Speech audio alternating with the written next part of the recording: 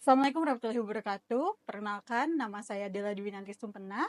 Home base saya saat ini di Prodi Produksi Film dan Televisi, Fakultas Ilmu Sosial dan Ilmu Politik Universitas Widyatama. Saat ini saya sedang menjadi pengampu untuk mata kuliah Manajemen Produksi. Adapun mata kuliah Manajemen Produksi film ini merupakan mata kuliah dengan 3 SKS dan biasanya diperuntukkan bagi mahasiswa di semester 5.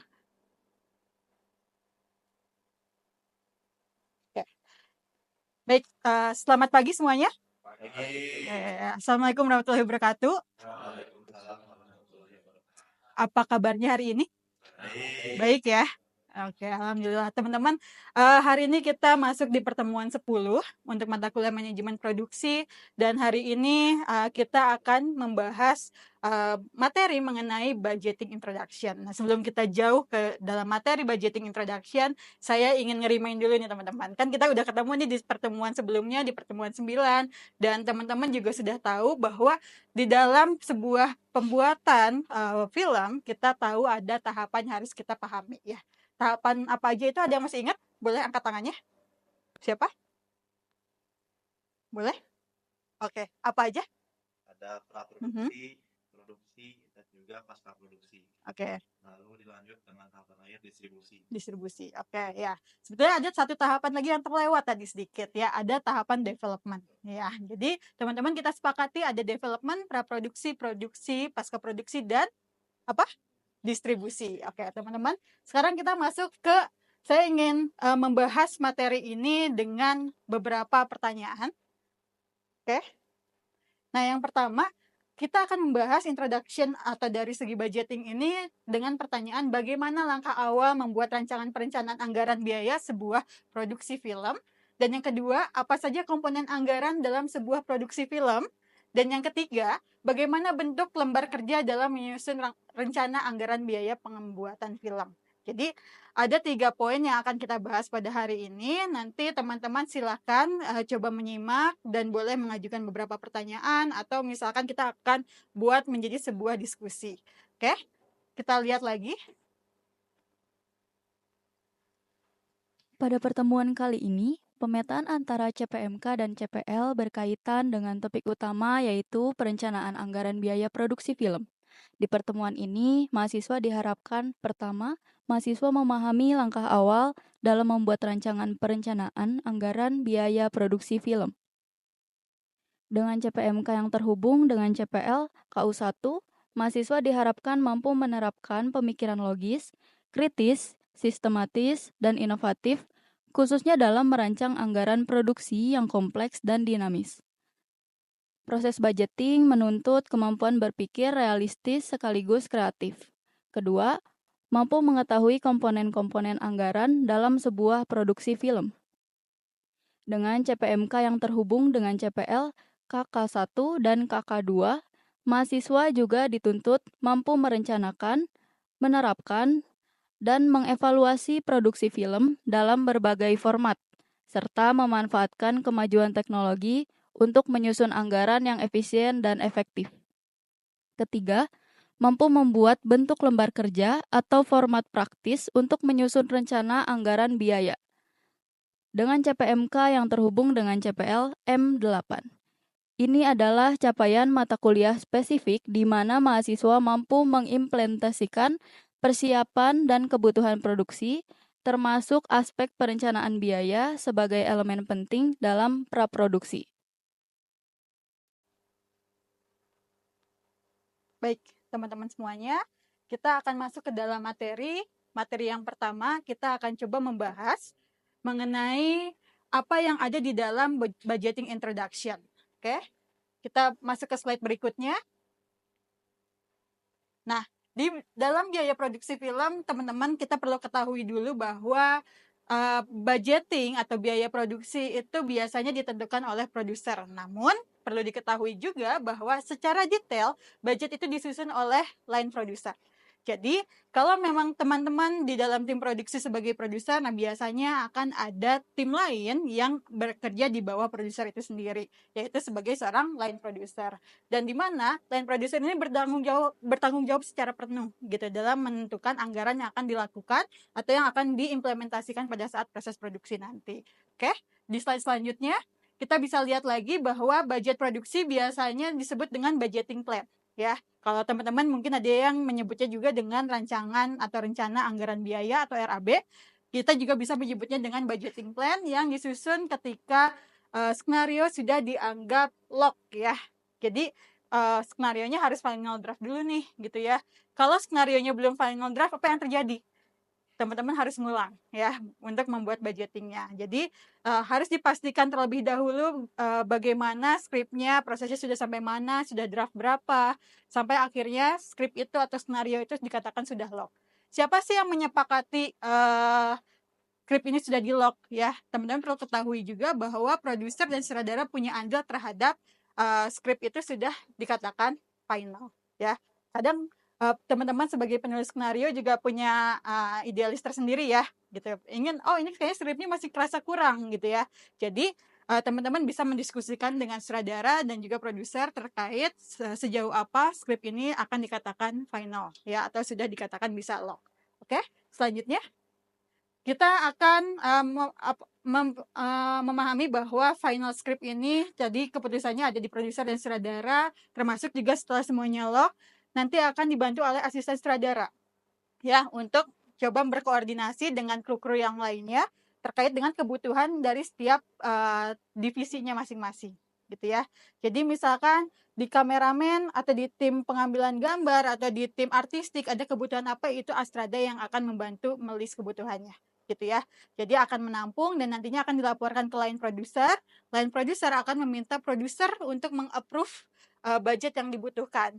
Jadi produser di sini tidak akan bekerja sendiri gitu ya untuk menentukan kebutuhan biaya produksi yang memang diperlukan untuk proses produksi secara keseluruhan. Karena kalau dari awal sampai akhir produser bekerja sendiri memang itu akan menjadi sangat menyulitkan ya. Jadi takutnya memang ada hal-hal yang belum ternotis atau masih ada yang miss ketika melakukan penentuan kebutuhan. Oke, selanjutnya. Nah, kita juga perlu pahami bahwa berdasarkan jenisnya, pada saat menentukan budget lebih mudah teman-teman menentukan dulu nih adanya above the line dan below the line. Biasanya penyebutan above the line dan below the line itu memang untuk penyebutan kru ya. Above the line itu biasanya dikatakan untuk triangle system. Siapa? Produser, sutradara, dan penulis naskah. Jadi triangle system itu atau di dalam above the line itu biasanya kita pisahkan lebih untuk memudahkan kita menentukan budgetingnya. Kemudian ada below the line yang juga itu berada di bawah naungan produser, sutradara, dan penulis naskah tadi ya. Above the line bisa dikatakan sebagai budget yang disusun ketika produksi berada di tahap development, yaitu tahap paling awal dari sebuah proses produksi. Jadi ini kita bisa tentuin dari awal nih, termasuk juga nanti detailingnya apa aja sih yang sebetulnya kita harus notice atau harus kita perhatikan dari above the line ini. Kemudian ada below the line adalah budget lanjutan dari above the line, dan ini biasanya untuk mempersiapkan praproduksi sampai post gitu ya. Oke, kita coba lihat selanjutnya. Di above the line sendiri teman-teman bisa melihat bahwa budget-budget yang harus kita perhatikan di awal itu yang pertama adalah kontrak dari perjanjian kerjasama scriptwriter, sutradara, dan produser. Udah jelas ya, karena tadi kita bahasanya adalah triangle system. Kemudian yang kedua adalah biaya untuk scriptwriter itu sendiri ya, mulai dari development hingga riset, terus juga dengan fee scriptwriternya. Termasuk juga untuk produser. Kalau produser di sini ada biaya funding juga biasanya. Ketika memang produsernya sendiri turun untuk mencari funding gitu ya. Terus juga mengurus copyright dan juga story right. Penting nggak sih? Penting ya, karena kita harus memastikan cerita kita sudah aman dari copywriting dan juga secara story-nya kita juga sudah aman, tidak ada yang akan mengklaim bahwa ini cerita milik orang lain misalkan gitu ya. Termasuk juga ketika cerita yang kita angkat itu misalkan based on apa, misalkan based on true story siapa, based on misalkan novel, nah itu harus diurus story right-nya gitu ya.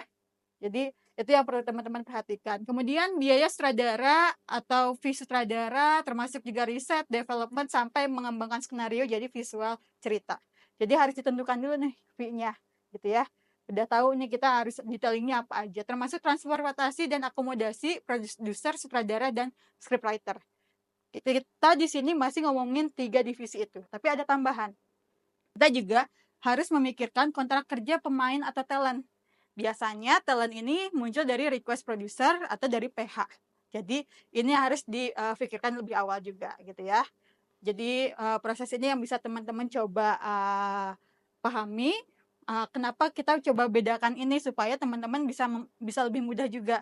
Karena biasanya dalam proses produksi film 3 orang ini yang bekerja lebih awal ya.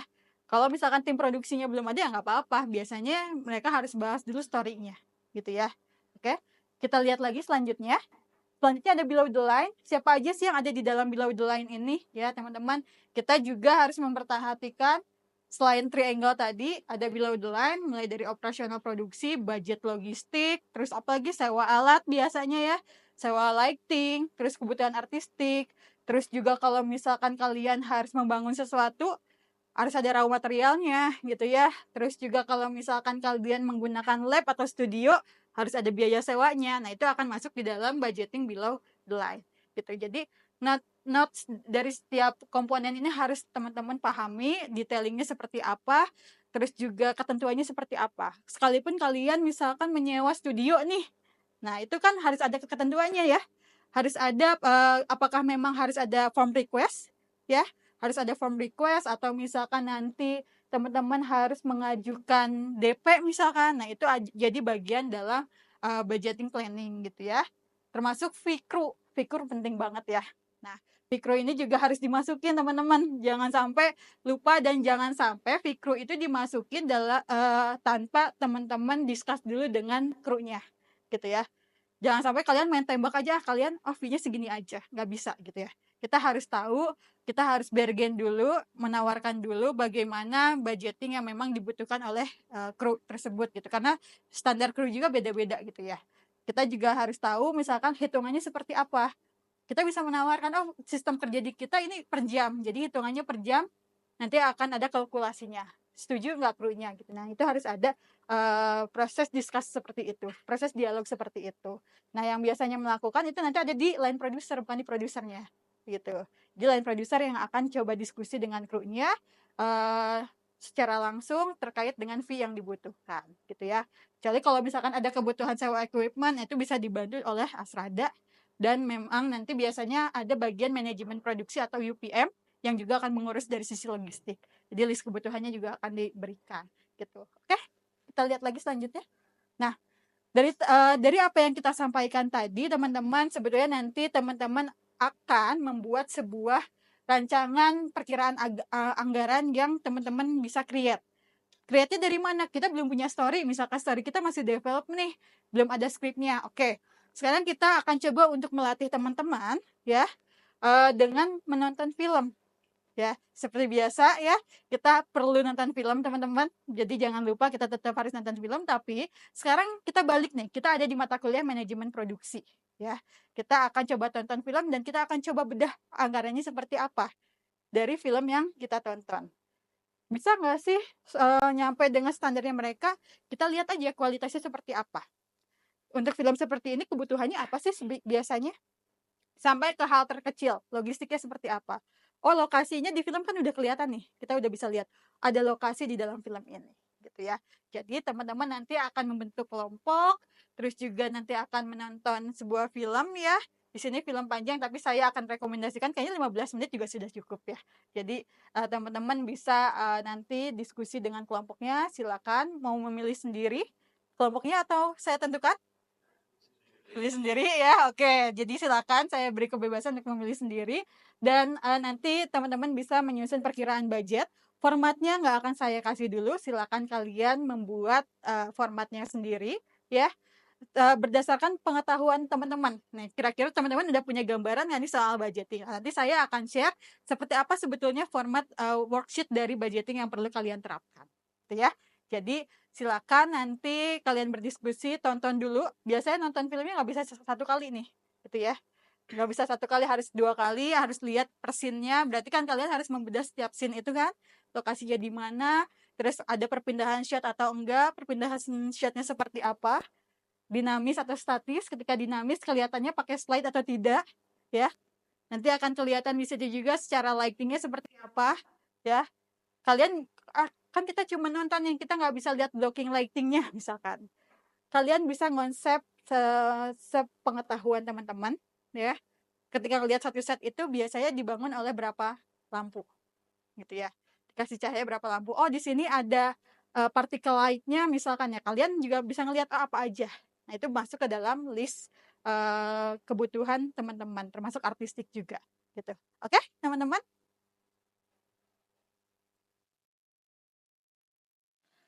Metode Project Based Learning atau PJBL merupakan model pembelajaran berbasis proyek. Mahasiswa tidak hanya akan belajar secara teoritis, tapi juga belajar melalui pengalaman langsung. Mahasiswa akan bekerja secara tim, menyusun, merencanakan, dan mengeksekusi sebuah proyek nyata. Dalam hal ini membuat rencana anggaran biaya produksi film. Penilaian proyek ini penilaian berdasarkan pada aspek-aspek utama yang akan dinilai, yaitu pertama, pemilihan karya film sebesar 10%. Dengan memperhatikan kesesuaian dengan kriteria dan cukup memberikan ruang untuk dianalisis secara mendalam dari sisi kebutuhan produksi. Kedua, ketelitian analisis kebutuhan produksi sebesar 20%. Kemampuan mengamati dan mencatat kebutuhan produksi film secara detail. Ketiga, ketepatan penyusunan komponen produksi sebesar 30%. Kemampuan mengidentifikasi dan mengelompokkan komponen anggaran dengan benar, mulai dari above the line, below the line, hingga biaya tidak terduga. Keempat, ketepatan penghitungan keseluruhan anggaran sebesar 30%. Kemampuan menyusun anggaran secara realistis, masuk akal, dan logis berdasarkan kebutuhan yang sudah dianalisis. Kelima, kolaborasi dan kerja kelompok sebesar 10%.